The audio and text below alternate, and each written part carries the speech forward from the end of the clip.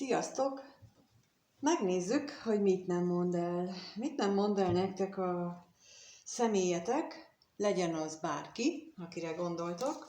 Nem nevesíteném, hogy szeretett személy, vagy barát, vagy kicsoda. Ez bárki lehet, és nem is tudom, hogy mi fog jönni. Talán már tudjátok, hogy ezt 3 különböző kártyából rakom ki, 3 sorban, 3 lapot, és meglátjuk, hogy mi jön ki. Eddig még mindig úgy jött ki, hogy a 9 lap az nagyon is egymást támogatta, és egyik a másikatnak a következménye, vagy a folytatása volt, úgyhogy most neki is kezdünk, és megnézzük, hogy mit nem mond el az a személy, akire gondoltok, mit nem mond el nektek. Úgyhogy lássuk is, hogy az első kártyából milyen lapok jönnek ki ezzel kapcsolatban, mit nem mond el.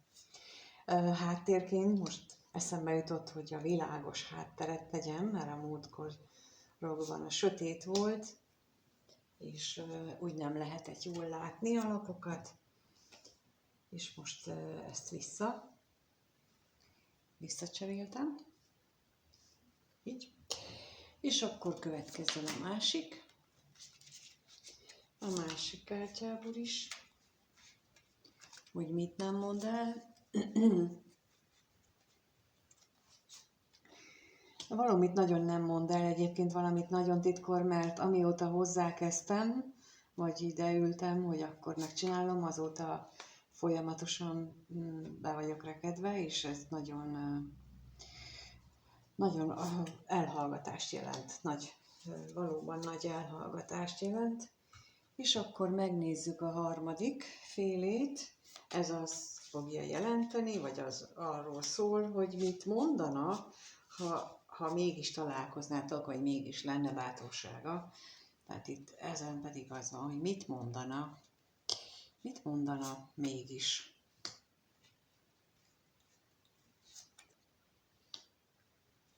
Mi az, amit mégis elmondana? Jó. Tehát akkor kiraktuk őket, és lássuk, hogy mi jött. Mi érkezett? Az első sorba kijött a botok 2-es, a botok 3-as, és az érmék 4-es. Nagyon érdekes. 2-es, 3-as, 4-es emelkedő. És aztán a középső sorba pedig kijött a érmék királynője, középen a mágus, és aztán a kelyhek 6-os. Úgyhogy lássuk is, hogy akkor ez mit jelent. Azon túlmenően, hogy ezek ilyen nagyon is egymást után következő lapok, mármint úgy értem a 2, 3, 4, az valami fejlődést mutat, valamiféle változást, valami átalakulást. És az, hogy középre a mágus került, a mágus az azt jeleníti meg, hogy ő bármire képes. Ő tulajdonképpen lehet, hogy varázslásban van. Ez a személy lehet, hogy már nagyon jó, hosszú ideje egy helyzetben áll. Szeretne elindulni, szeretne valahova tovább lépni. Tulajdonképpen már el is határozta, hogy mi az, amire ő vágyik, viszont még a kínálkozó lehetőséget várja. A mágussal akár az is lehetséges, hogy megpróbálja ő befolyásolni a körülményeket, és megpróbálkozhat a varázslással is.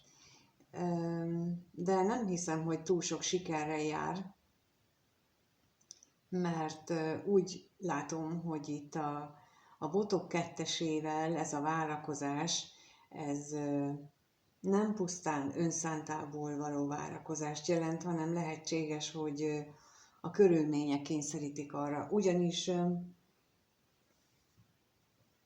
Ha megnézem, akkor a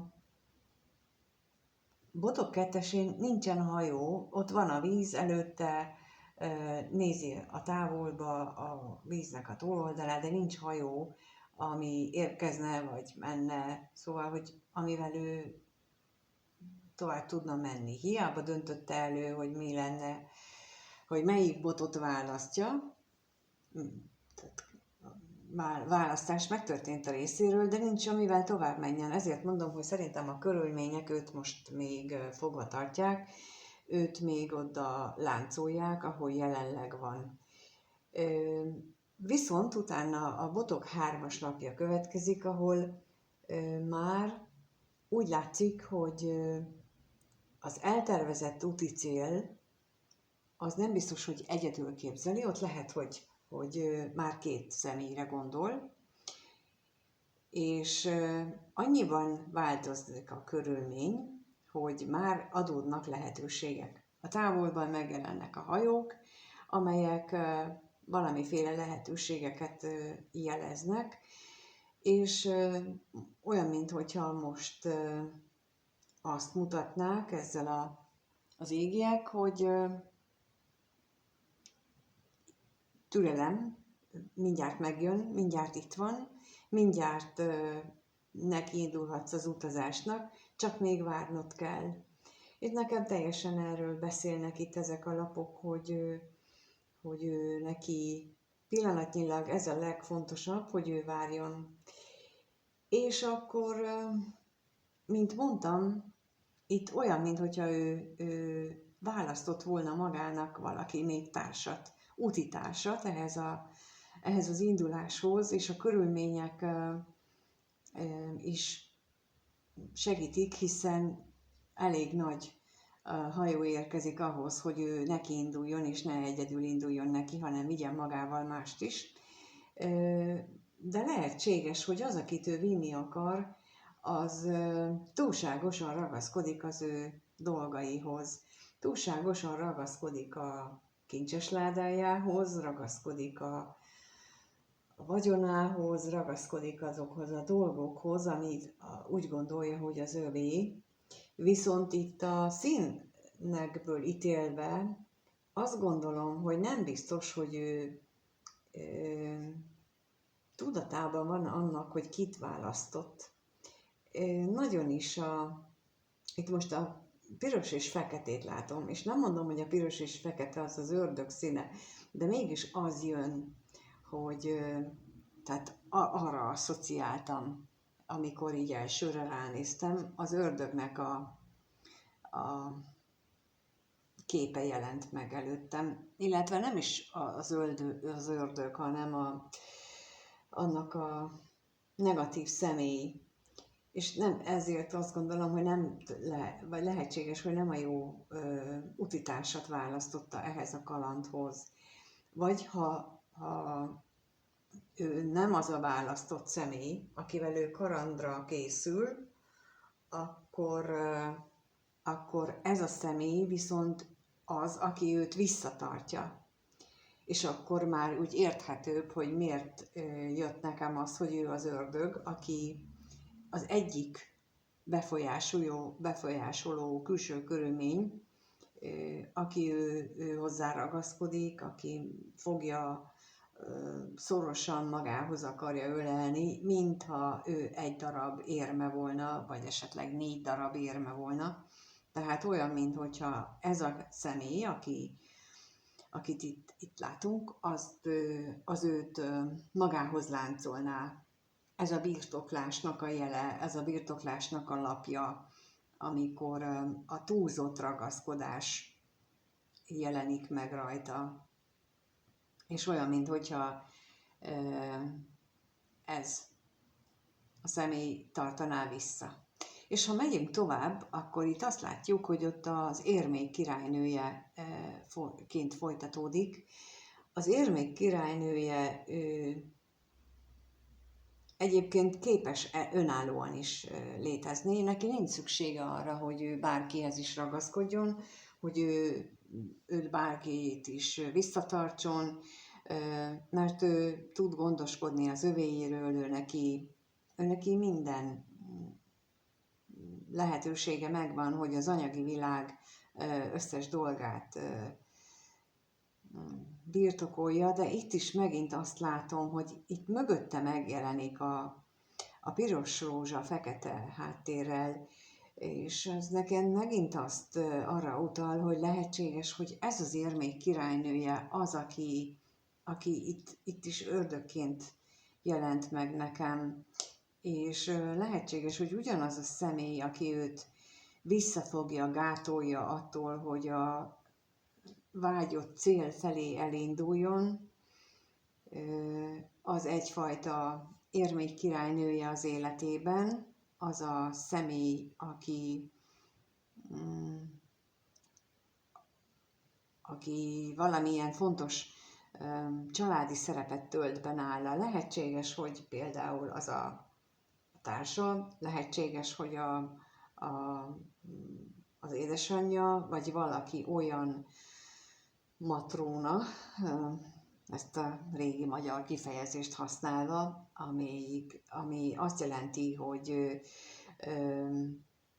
ő az, aki, ez az érmék királynője típus, aki ő a családban a legidősebb személy, vagy többnyire a legidősebb személy, akinek a szava mindenkiét felülmúl, még a család főjét is, mert ez a matróna többnyire a család főnek a felesége, és ő az, aki hát a női energiáival, és itt nem látszik, de ő neki van. Tehát az érmék királynőjének ott van a női energiája, és ő azzal tudja irányítani a körülötte lévőket, mindenkit, nem olyan módon, hogy így parancsolgat, nem olyan módon, hogy ő nyíltan osztja ki ezeket a parancsokat, hanem ezzel a női energiával, ezzel a finom energiájával tudja ő a kéréseit megfogalmazni, amelyek olyan kérések, hogy nem lehet rá nemet mondani.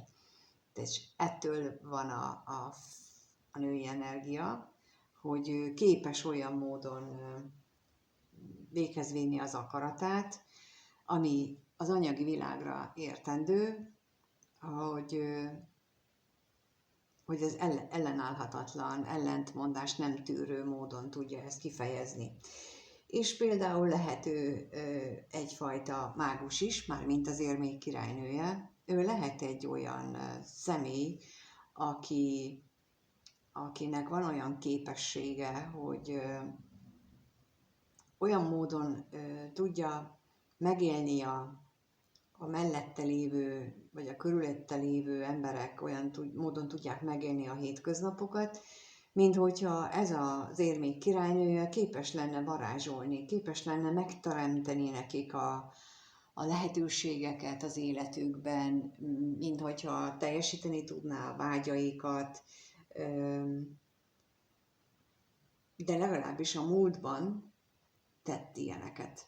És újra és újra emlékeztetheti őket, hogy például, hogy emlékszel, amikor ezt csináltuk, vagy amikor azt éltük meg. És lehet ez egy eszköz arra, hogy ilyen módon tartsa vissza a személyt attól, hogy ő lépéseket tegyen a célja felé.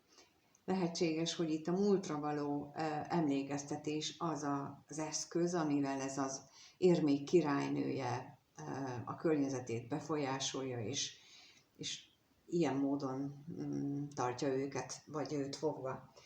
Úgyhogy amiről itt én azt gondolom, amiről nem beszél ez a személy, legyen a szó akárkiről, akit te gondolsz, az az, hogy ő neki van egy terve. Nagyon régóta megvan ez a terve, nagyon rég kigondolta, azt is tudja, hogy ki lenne az ideális utitárs ennek a tervnek a végrehajtásában, de van egy másik személy, aki nem teljesen tisztességes módon, de mégiscsak befolyásolja őt abban, hogy ezt a régi tervét azt ő ne tudja végrehajtani.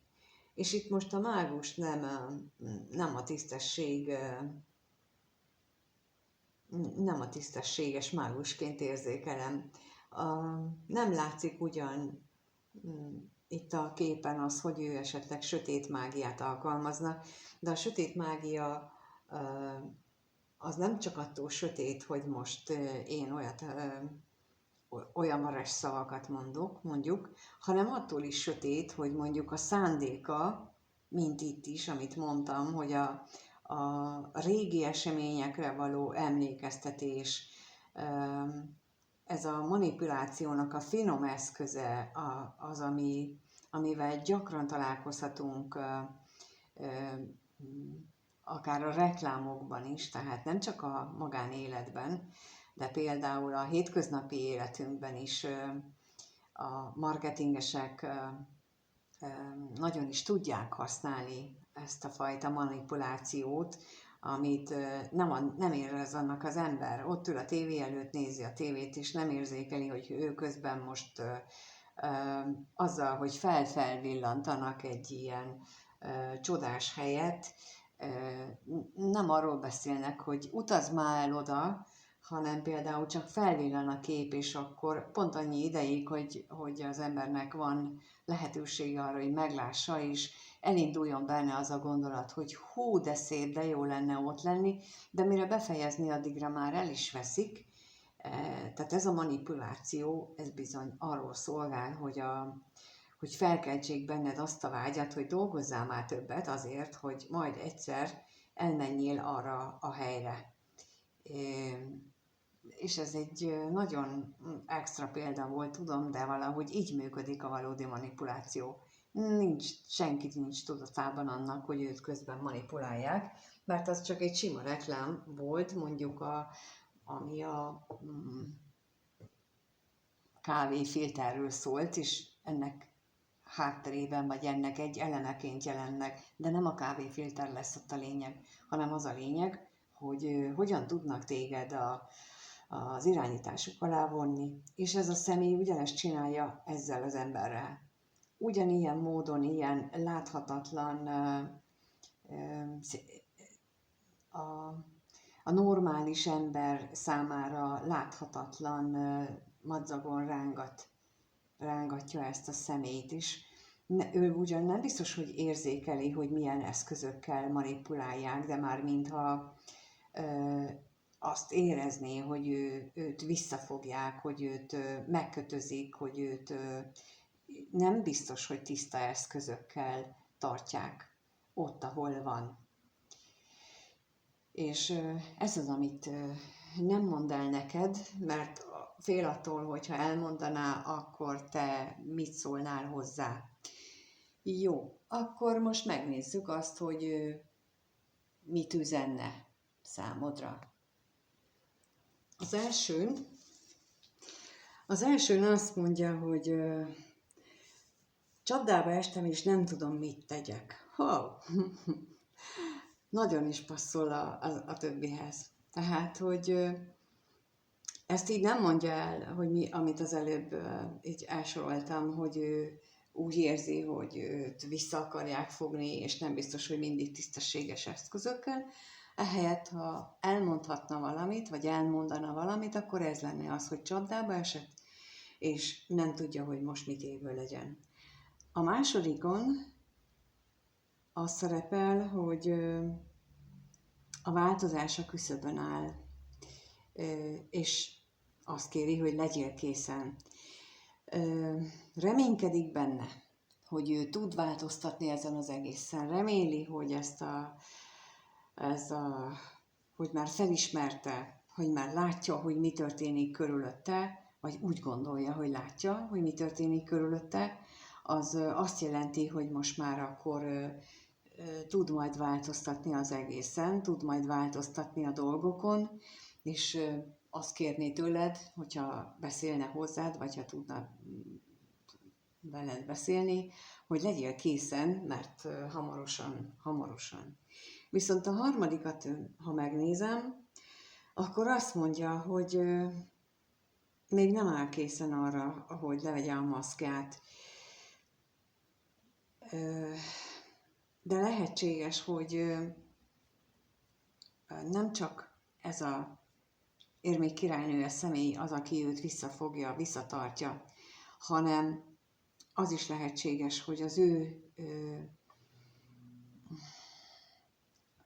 ő körülményei azok, amelyeken ő még egyelőre nincs kész arra, hogy átlépjen. Mert a maszk az nem azt jelenti, hogy hazugok, hanem azt jelenti, hogy ahogy megszületünk, utána elkezdünk emberekhez kapcsolódni a környezetünkben, és megtanuljuk kisgyerekként, és aztán később felnőtt korunkban is azt, hogy kivel, hogyan kell viselkednünk. És ezekből egyfajta viselkedési minták, szokások jönnek létre, és ahhoz, hogy mondjuk veled kapcsolódjon, vagy tudjon jönni hozzád, ahhoz ezek közül az egyiket, vagy amit eddig veled szemben hordott maszkot, vagy viselkedési mintát, azt neki hátra kellene hagyni. És ő még ezre nem találta meg a megoldást, hogy hogyan tudná ezt megtenni.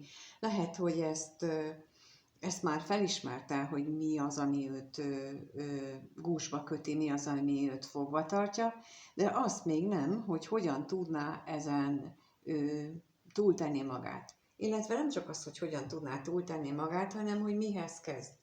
Mert például vannak olyanok, akik sokáig egy helyen, egy zárt helyen voltak fogvatartva, és amikor kiengedik őket, akkor hiába mehetne akármerre, nem mennek el, hanem visszamennek abba a zárt helybe, mert tehát nem érzik biztonságosnak a külvilágot.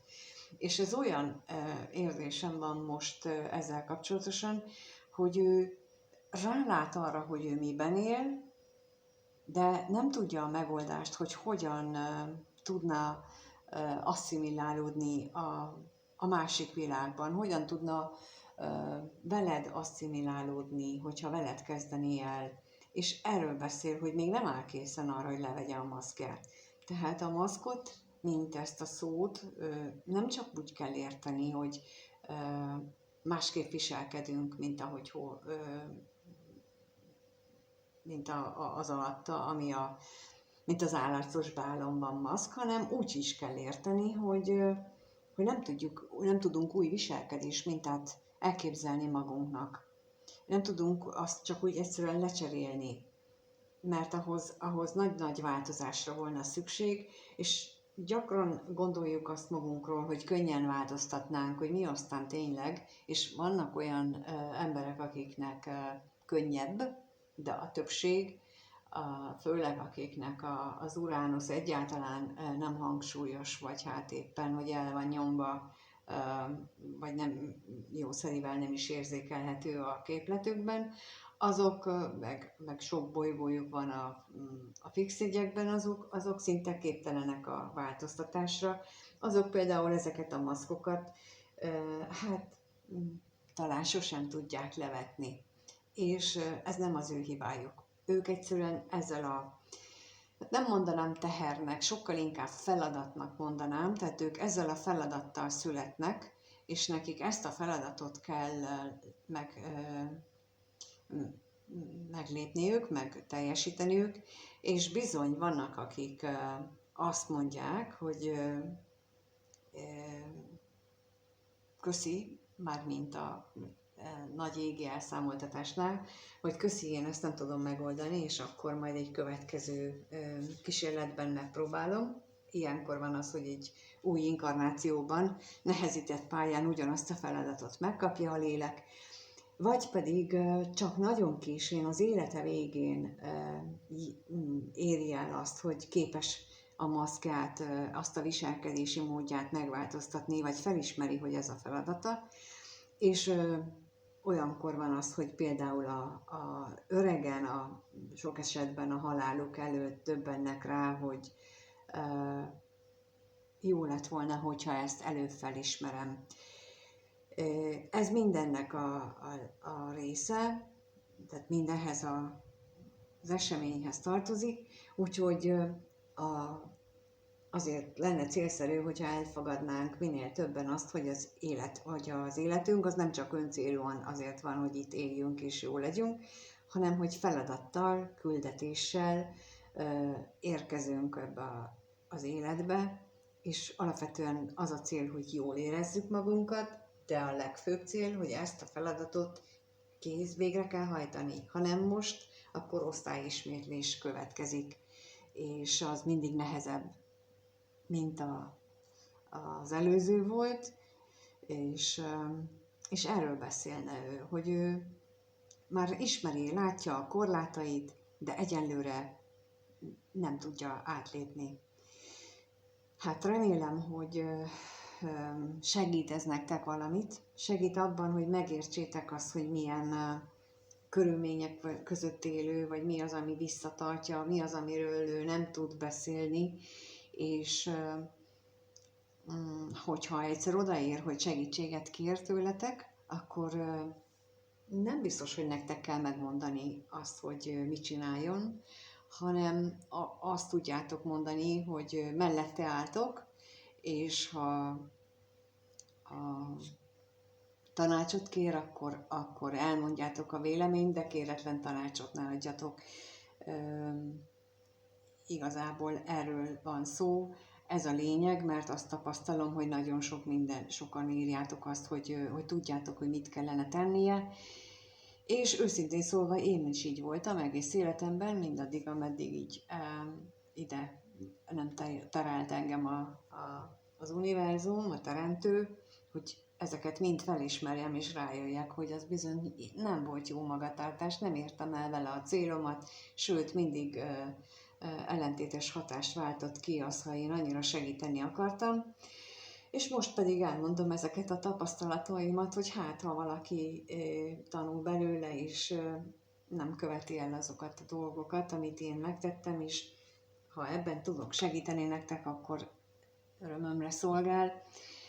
Ha egyéni konzultációt kérnétek, és ott nézzük meg ezeket a dolgokat, akkor, vagy bármi mást is, akkor a leírásban megtaláljátok az elérhetőségemet, ott ugye a konzultáción az tanácsadás is, tehát elmondom, hogy én mit gondolok, amit ugyanígy, mint a lapok mutatnak, de lehetőség van csak arra is, hogy videóban kérjétek, ugyanúgy, mint a többinél, az is ott van a leírásban, és a belső gyermekgyógyítás, ami nagyon fontos lenne, azt is találtok blogot, meg annak az elérhetőségét a leírásban is, és akkor azt ott meg tudjátok nézni, de örülök, hogyha megírjátok azt a kommentben, hogy ez mennyire érzitek magatokénak, vagy mennyire igaz ez a ti helyzetetekre az, hogy van a környezetében egy olyan személy, aki hát nem mindig tisztességes eszközökkel őt visszatartja, vagy hát befolyásolja. Szóval, hogy ha erről írtok, azt is köszönöm, meg a lájkot, és a feliratkozásokat is, azokért is hálás vagyok, és egyébként pedig mindenkinek minden jót kívánok. Sziasztok!